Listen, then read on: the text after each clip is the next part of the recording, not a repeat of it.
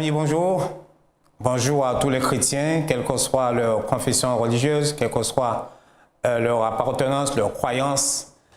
Mais nous allons ouvrir ensemble la parole du Seigneur, la parole du Maître, la parole de Jésus-Christ, la Bible. Il y a effectivement dans cette parole des choses qui vont nous intéresser au plus haut point. C'est la raison pour laquelle je vous invite à élever vos cœurs vers Dieu avec moi pour lui demander d'ouvrir nos cœurs à la compréhension de cette parole, de nous ouvrir le cerveau, l'intelligence pour que nous la comprenions et surtout pour que nous la mettions en pratique et que nous suivions les pas de Jésus-Christ. Notre Père Céleste, nous sommes venus aujourd'hui afin que tu nous parles. Tu as des choses à nous dire, à nous apprendre, à nous corriger même. Et nous te prions de nous donner de la sagesse, l'humilité nécessaire afin que nous marchions dans les empreintes des pas de Jésus-Christ. Accorde-nous cette grâce spéciale au nom de Jésus et pour sa gloire. Amen. Merci notre Père. Alors justement, à propos de Père, Jésus, dans son ministère, il y avait une constante qui revenait très souvent.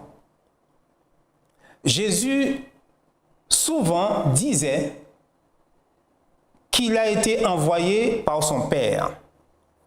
Et dans plusieurs déclarations, on trouve par exemple dans l'évangile de Jean, « Ma nourriture est de faire la volonté de celui qui m'a envoyé, c'est-à-dire son Père. » Il n'était pas venu faire sa volonté, mais celle de son Père.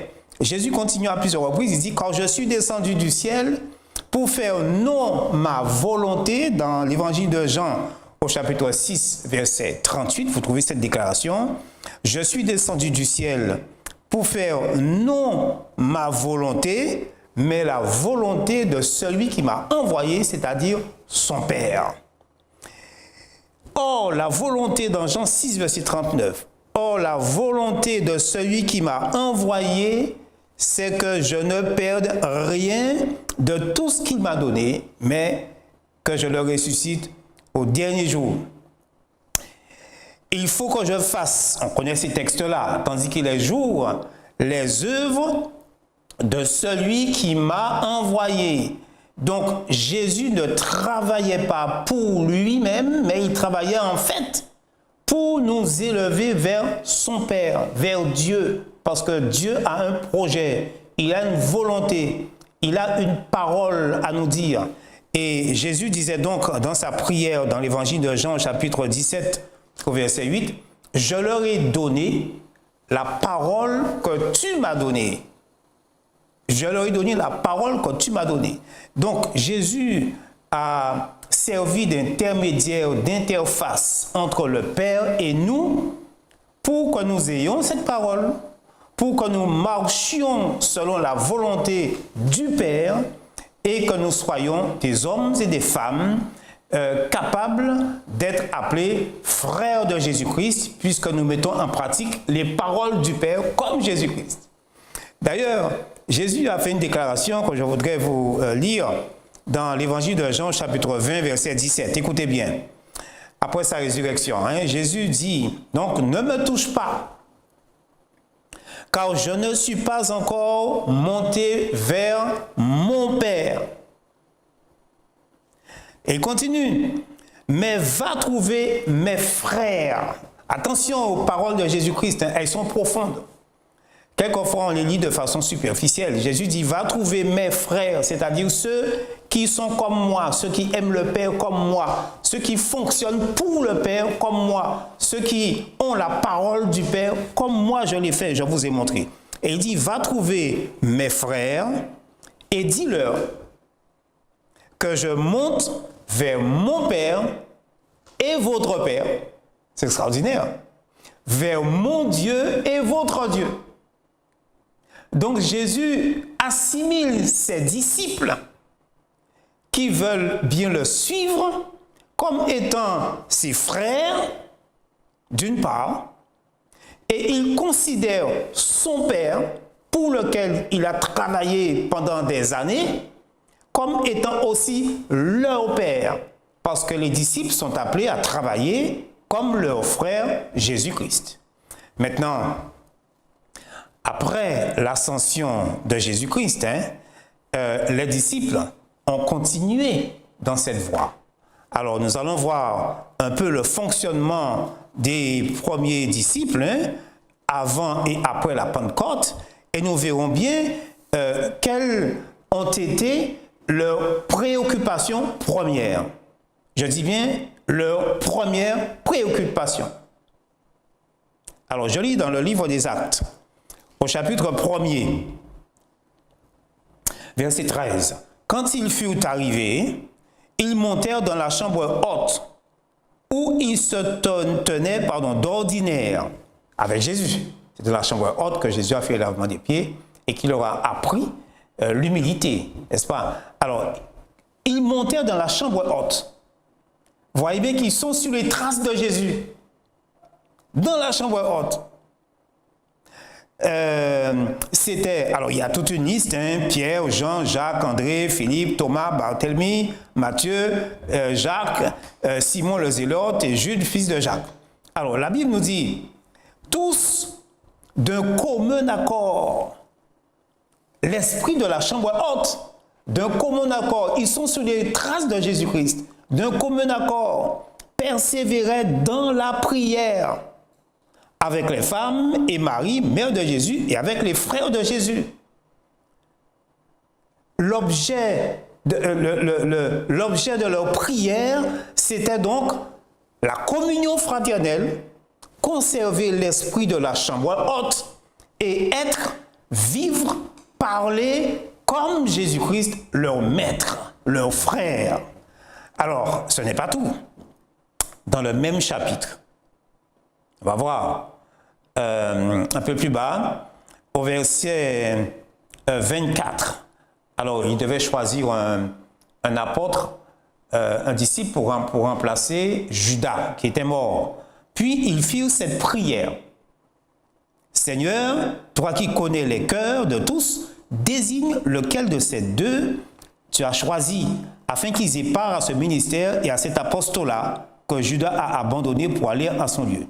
Il tirait au sort et le sort tomba sur Matthias, qui fut associé aux 11 apôtres. Il prie, non pas pour leurs affaires, non pas pour leurs problèmes, mais il prie pour l'œuvre de Dieu, pour la poursuite de la mission que Jésus-Christ, leur frère, les a laissés. Ok? Alors, ce n'est pas terminé. Toujours dans le livre des Actes, au chapitre 2, on va voir ça tout de suite, au verset 42. Il persévérait, alors un peu plus haut, verset 41. Ceux qui acceptèrent la parole furent baptisés. Et en ce jour-là, le nombre des disciples augmenta d'environ 3000 âmes, 3000 personnes. Alors, parmi ces gens-là, il y en avait qui avaient des problèmes. Problèmes à gauche, problèmes à droite, problèmes de ceci, problèmes de cela. Comme nous aujourd'hui, nous avons des problèmes de toutes sortes. Mais la Bible nous dit qu'ils persévéraient. La Bible ne nous parle pas des problèmes de ces 3000 personnes, mais ils persévéraient dans l'enseignement des apôtres. Leur souci premier, une fois que l'Esprit de Dieu les a saisis, l'Esprit envoyé par Jésus-Christ, qui était monté, qui était au ciel maintenant, une fois qu'ils avaient reçu l'Esprit de Jésus-Christ, eh bien, ils avaient les mêmes objectifs, la même orientation que Jésus-Christ. Ils persévéraient dans l'enseignement des apôtres, dans la communion fraternelle comme Jésus. L'enseignement des apôtres. Or, les apôtres enseignaient à la façon de Jésus. Et je me souviens bien, Jésus disait, vous sondez les Écritures, on connaît bien le texte. Vous pensez avoir en elle la vie éternelle, mais ce sont elles qui ont témoignage de moi. Donc, sondez les Écritures, elles parlent de moi. Eh bien, l'enseignement des apôtres, c'est ça. Leur préoccupation première n'était pas leur problème personnel, puisqu'à aucun moment, dans le livre des Actes d'ailleurs, on ne voit pas où les disciples, les convertis, faisaient état de leurs difficultés, de leurs problèmes avec celui-ci, avec celle-là, etc., etc. Mais ils étaient remplis de l'esprit et ils étaient mus par une force. Ils étaient boostés par l'Esprit de Dieu pour étudier la parole et pour rester ensemble, la communion fraternelle, dans la fraction du pain et dans les prières. Extraordinaire. La rencontre avec Jésus a supplanté tous les problèmes qu'ils avaient à l'époque. Alors, chapitre 4. Alors, chapitre 4, je suis au verset 24. Lorsqu'ils l'eurent entendu, ils élevèrent à Dieu la voix tous ensemble. Vous voyez bien le symbole de l'unité. Jésus avait prié pour l'unité de ses enfants dans Jean chapitre 17. Alors cette unité-là, c'était réalisé à l'époque. Lorsqu'ils l'eurent entendu, ils élevèrent à Dieu la voix tous ensemble et dirent: Seigneur, toi qui as fait le ciel et la terre. Attendez, qui c'est qui a prié là? Qui c'est qui a prié? Cette belle prière, alors on va dire belle entre guillemets, parce qu'il n'y a pas de prière qui soit belle ou qui ne soit pas belle. Dieu regarde ce qui se passe en réalité dans le cœur. On peut très bien prononcer de belles paroles alors que le cœur est en opposition, en contradiction même avec ce qu'on dit dans ces belles paroles. Alors lisons, on va voir ce qui va se passer. Il persévérait dans l'enseignement. Excusez-moi, aussi au chapitre 4. Chapitre 4. Voilà. Alors, lorsqu'ils eurent entendu, ils élevèrent à Dieu la voix ensemble et dirent: Seigneur, toi qui as fait le ciel et la terre. Ensemble. La prière n'est attribuée à personne. C'est au corps qui était compact. Seigneur, toi qui as fait le ciel, la terre, la mer et tout ce qui s'y trouve, c'est toi qui as dit par le Saint-Esprit, par la bouche de notre Père, ton serviteur David: pourquoi ce tumulte parmi les nations et ces vaines pensées parmi les peuples? Les rois de la terre se sont soulevés, les princes se sont ligués contre le Seigneur et contre son oint. En effet, contre ton serviteur Jésus que tu as oint, Hérode et Ponce Pilate se sont ligués dans cette ville avec les nations et avec les peuples d'Israël, pour faire tout ce que ta main et ton conseil avaient arrêté d'avance. Et maintenant, Seigneur, vois leurs menaces et donne à tes serviteurs d'annoncer la parole avec une pleine assurance. Voyez l'objet de la prière, hein? Mais ils avaient des problèmes comme vous et moi. Et maintenant, Seigneur, vois leurs menaces. L'œuvre de Dieu est menacée. La mission de Jésus est menacée. Donne à tes serviteurs d'annoncer ta parole avec une pleine assurance. Étends ta main pour qu'il se fasse des guérisons, des miracles, des prodiges par le nom de ton saint serviteur Jésus. Quand ils eurent prié, le lieu où ils étaient assemblés trembla. Ils furent tous remplis du Saint-Esprit et ils annonçaient la parole de Dieu avec assurance. Qui a prié? Qui a prié? La Bible nous dit: ils élevèrent vers Dieu la voix tous ensemble. Il y a bien sûr quelqu'un qui a prié, n'est-ce pas? Mais la prière n'est pas attribuée à une personne. La réponse miraculeuse, spectaculaire à cette prière, puisque le lieu où ils étaient a tremblé, n'est pas attribuée à la valeur, à l'efficacité, à la stature de celui qui priait. Mais c'est le corps ensemble qui priait. C'était tous d'un commun accord. L'Esprit de Dieu arrive à gérer les hommes au point que l'unité se fasse. C'est possible. Ça a été possible. Chapitre 5, ce n'est pas fini. Verset 17. Cependant, le souverain sacrificateur et tous ceux qui étaient avec lui, savoir le parti des Sadducéens, se levèrent, remplis de jalousie, mirent la main sur les apôtres et les jetèrent dans la prison publique. Les apôtres sont en prison. Mais un ange du Seigneur, ayant ouvert pendant la nuit les portes de la prison, les fit sortir et leur dit quoi? Allez, tenez-vous dans le temple et annoncez au peuple toutes les paroles de cette vie. L'ange du Seigneur les a délivrés pour qu'ils continuent la mission de Jésus, pour qu'ils continuent à suivre les traces de Jésus. Mes amis, si notre priorité n'est pas de suivre Jésus, nous avons un problème. Même si nous portons le nom chrétien, nous avons un problème. Alors, dans le livre des Actes, chapitre 23 toujours, le livre des Actes toujours, chapitre 23. Allons-y. On va voir une dernière déclaration dans le livre des Actes, après la descente du Saint-Esprit. Alors, Actes chapitre 23, verset 11. La nuit suivante, Paul était en conflit avec les adversaires de l'Évangile. Et le verset 11 nous dit que la nuit suivante, le Seigneur apparut à Paul. Le Maître apparut à Paul et dit, prends courage, car de même que tu as rendu témoignage de moi dans Jérusalem, il faut aussi que tu rendes témoignage dans Rome. Jésus est apparu à Paul pour booster sa mission, pour l'encourager dans la mission. Parce que la mission de Paul, la mission des disciples, la mission des hommes et des femmes après la Pentecôte a été la même que celle de Jésus, faire la volonté de mon Père qui est dans les cieux.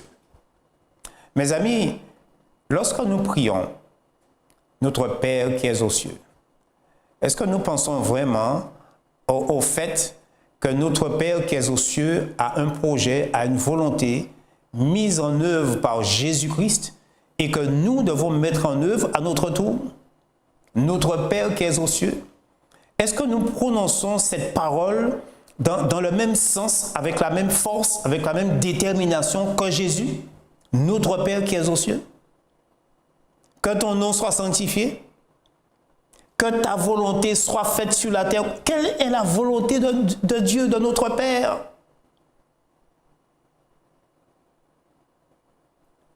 Mettre en pratique la parole du Père, la parole de Dieu, la parole contenue dans l'Ancien et le Nouveau Testament aujourd'hui, puisque à l'époque des disciples, il n'avait que l'Ancien Testament. Aujourd'hui, nous sommes plus riches. Nous avons et l'Ancien et le Nouveau Testament. Jésus nous invite à mettre en pratique cette parole et à la diffuser autour de nous. C'est ça la mission de Dieu. Dieu veut sauver les hommes, il veut les libérer de l'emprise dans laquelle ils sont. Nous sommes enchaînés, nous ne savons même pas, puisque nous sommes habitués avec nos chaînes. Nous sommes habitués avec nos chaînes de péché, nos habitudes ancestrales. Jésus veut d'abord nous libérer. L'œuvre de Dieu, c'est la libération des hommes et des femmes. Certains pensent que parce qu'ils sont instruits, ils sont libres. Non. S'ils ne sont pas en harmonie avec la volonté du Père, ils sont esclaves. Esclaves de leur passion, esclaves de leur caractère. Ils sont esclaves, ils ne le savent pas. Et c'est la raison pour laquelle ceux qui ont été libérés par Jésus après la Pentecôte, ils n'avaient qu'un objectif, accomplir la mission de Jésus, parce qu'ils avaient trouvé en Jésus leur libérateur. Ils ont été libérés en Jésus-Christ. La joie de la libération, personne ne peut la connaître tant qu'elle n'aura pas été libérée par Jésus-Christ. Alors, je me souviens, Jésus lui-même lorsqu'il a constaté que ses enfants prenaient la tangente, il s'est révélé à l'un des derniers disciples, à Jean. Et dans le livre de l'Apocalypse, au premier chapitre 2, 3, 1, 2, 3, Jésus va écrire une lettre à chacune de ces églises.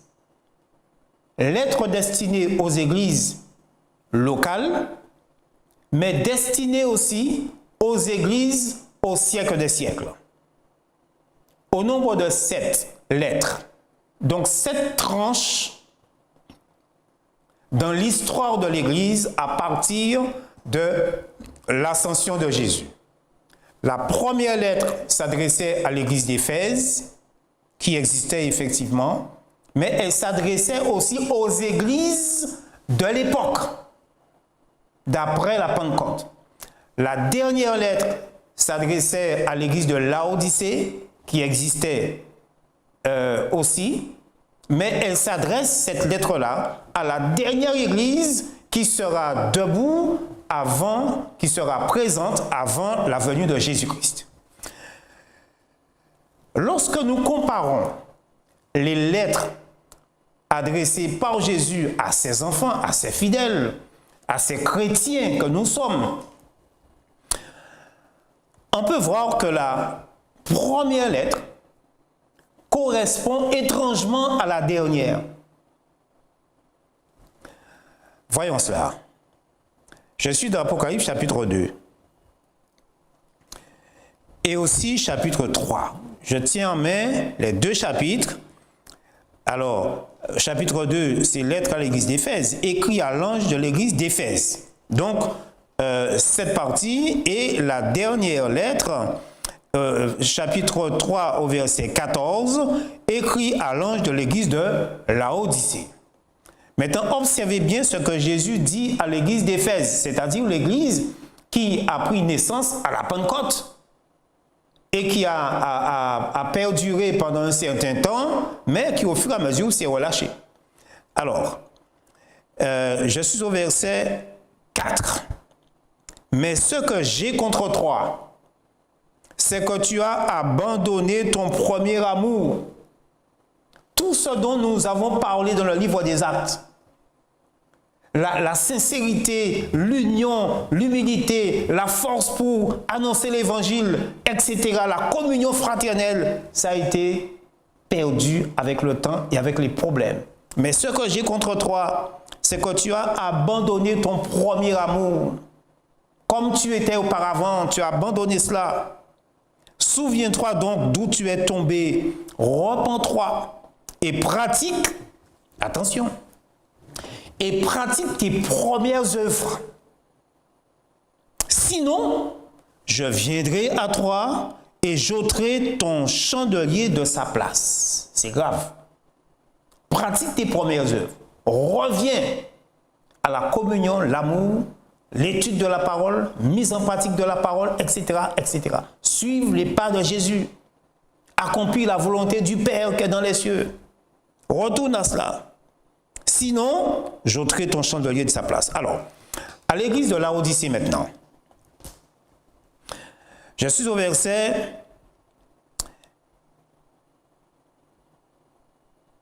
Alors, verset 15. Je connais tes œuvres. Je sais que tu n'es ni froid ni bouillant. Puisses-tu être froid ou bouillant? Ainsi, parce que tu es tiède et que tu n'es ni froid ni bouillant, je te vomirai de ma bouche.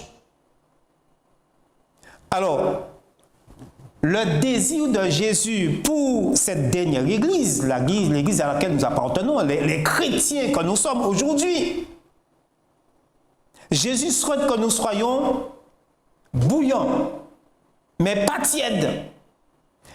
Exactement comme l'église d'Éphèse qui avait perdu son premier amour. Elle était devenue tiède. Et nous, aujourd'hui, Jésus nous donne un avertissement. Tu es tiède. Il faut que tu sois bouillant. Autrement dit, il faut que tu reviennes à la façon dont la première Église était poussée par le Saint-Esprit. À la fin des temps, vous réclamez le Saint-Esprit, le Saint-Esprit, le Saint-Esprit. Beaucoup de gens parlent du Saint-Esprit. Mais pour bien comprendre l'œuvre de l'Esprit, il faut retourner dans le livre des Actes. C'est ce que Dieu nous dit ici. Ainsi, parce que tu es tiède et que tu n'es ni froid ni bouillant, tu as perdu ton premier amour. Je te vomirai de ma bouche, dit Jésus à l'église de Laodicée, comme il avait dit à l'église d'Éphèse, j'ôterai ton chandelier de sa place. Les deux seules lettres dans lesquelles il y a ce type de menace, elles sont adressées à l'église d'Éphèse et à l'église de Laodicée. L'église de Laodicée, l'église d'aujourd'hui, les chrétiens d'aujourd'hui, ils ont un message du Maître, de Jésus, dans sa parole. Reviens dans le livre des Actes, regarde l'œuvre de l'Esprit de Dieu, la mission confiée par Jésus à ses enfants, et alors nous serons véritablement frères de Jésus, marchant dans les traces de Jésus. Mes amis, aujourd'hui, nous sommes préoccupés par toutes sortes de problèmes. Nous avons toutes sortes de soucis.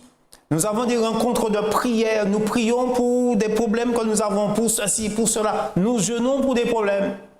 Mais est-ce que nous avons les mêmes objectifs que les disciples après la Pentecôte? Est-ce que nous sommes unis comme les disciples après la Pentecôte? Est-ce que nous sommes revenus? Est-ce que nous avons le désir même de revenir au premier amour des uns et des autres comme après la Pentecôte? Est-ce que nous sommes disposés à être véritablement frères et sœurs de Jésus-Christ? Jésus-Christ peut-il dire véritablement qu'il va vers notre Père, qu'il est auprès de notre Père? Est-ce que nous considérons Dieu comme étant notre Père? Est-ce que notre priorité dans la vie, c'est d'accomplir l'œuvre de notre Père en nous et dans notre environnement? Est-ce que nous ne faisons pas passer en premier lieu nos affaires personnelles, nos préoccupations, nos soucis, tous les soucis que l'ennemi place devant nous? Mes amis, nous devons nous interroger. Et lorsque nous lisons, quand je reviens à notre Père, la prière de Jésus, que nous connaissons très bien, n'est-ce pas? Lorsque Jésus disait « Notre Père qui es aux cieux », notre Père, quand Jésus dit « Notre Père », nous l'avons déjà dit, ça avait tout son sens. Mais lorsque nous disons « nous, notre Père », est-ce que ça a le même sens que celui de Jésus? Notre Père qui est aux cieux, remarquez bien, toute la prière est orientée vers le salut. Que ton nom soit sanctifié. Que ton nom soit sanctifié. Recherchez la sainteté. Jésus nous a donné un jour pour travailler à la sainteté. C'est le 7e jour depuis la Genèse. Que ton nom soit sanctifié. Que ton règne vienne. Le désir de tout enfant de Dieu, c'est que le règne de Dieu vienne dans nos cœurs d'abord et ensuite de façon réelle au retour de Jésus-Christ. Que ton règne vienne, que ta volonté soit faite sur la terre comme au ciel. Ah, attention! Nous disons, nous le répétons, mais est-ce que réellement nous souhaitons, nous prions, nous jeûnons pour que la volonté se fasse, la volonté de Dieu se fasse? Que ta volonté se fasse sur la terre comme au ciel. Donne-nous aujourd'hui notre pain quotidien. En général, on pense qu'il s'agit du pain fait avec de la farine, du sel et de l'eau et cuit au four. C'est vrai, mais ce texte-là, cette phrase-là, est insérée dans un contexte spirituel. On doit donc prendre le pain dans le contexte dans lequel il est. Le pain quotidien, c'est la parole de Dieu. Donne-nous notre pain quotidien, ce qu'il nous faut de la parole pour nous conduire chaque jour. Il y a des gens qui prennent leurs horoscopes chaque jour. Le chrétien a un livre d'horoscope actuel, c'est la Bible. Le pain quotidien, il est là. Il n'est pas avec les charlatans qui disent un peu n'importe quoi, des choses de leur imagination et poussées par l'ennemi. Donne-nous notre pain quotidien, pardonne-nous nos offenses, comme nous pardonnons à ceux qui nous ont offensés. L'esprit de la chambre haute dans la prière. Lorsque nous prions, est-ce que véritablement nous avons cet esprit-là? Pardonne-nous nos offenses comme nous pardonnons à ceux qui nous ont offensés. Délivre-nous du mal. Car c'est à toi qu'appartiennent dans tous les siècles le règne, la puissance et la gloire. Travaillons pour le règne de Dieu, pour sa puissance, pour sa gloire. Travaillons pour l'unité. Le pardon réciproque. Être comme Jésus. Jésus a pardonné sur la croix du calvaire, alors que ceux qui étaient au pied de la croix ne méritaient pas le pardon, ceux qui faisaient du tort à Jésus-Christ. Ils ne méritaient pas son pardon. Jésus n'a gardé aucune haine, aucune rancune dans son cœur contre quiconque, parce qu'il voulait le salut de tous. Mes amis, je vais vous inviter maintenant à prier avec moi. Nous allons redire, et je vais le lire avec vous. Reprenons Matthieu chapitre 6. Matthieu chapitre 6. On le connaît par cœur. On va le lire quand même. Notre Père qui es aux cieux. Alors, Matthieu chapitre 6.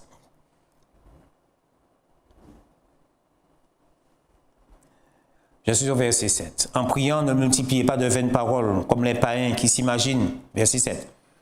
Qu'à force de paroles, ils seront exaucés. Ne leur ressemblez pas, car votre Père sait de quoi vous avez besoin. Donc la priorité n'est pas dans les besoins. Le Père le sait. Car votre Père sait de quoi vous avez besoin avant que vous ne le lui demandiez. Vous n'avez pas de travail, vous n'avez pas de femme, vous n'avez pas de mari, vous n'avez pas de maison, vous n'avez pas ceci, vous n'avez pas cela, vous n'avez pas d'argent. Le Père le sait. Mais voici comment vous devez prier. Notre Père, allons-y, qui es aux cieux, que ton nom soit sanctifié, que ton règne vienne, que ta volonté soit faite sur la terre comme au ciel. Donne-nous aujourd'hui notre pain quotidien. Pardonne-nous nos offenses, comme nous aussi nous pardonnons à ceux qui nous ont offensés.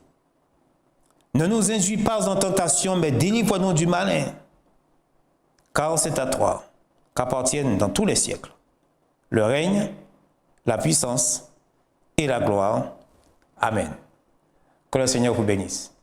Et soyons tous ensemble avec l'esprit de la Pentecôte. À bientôt.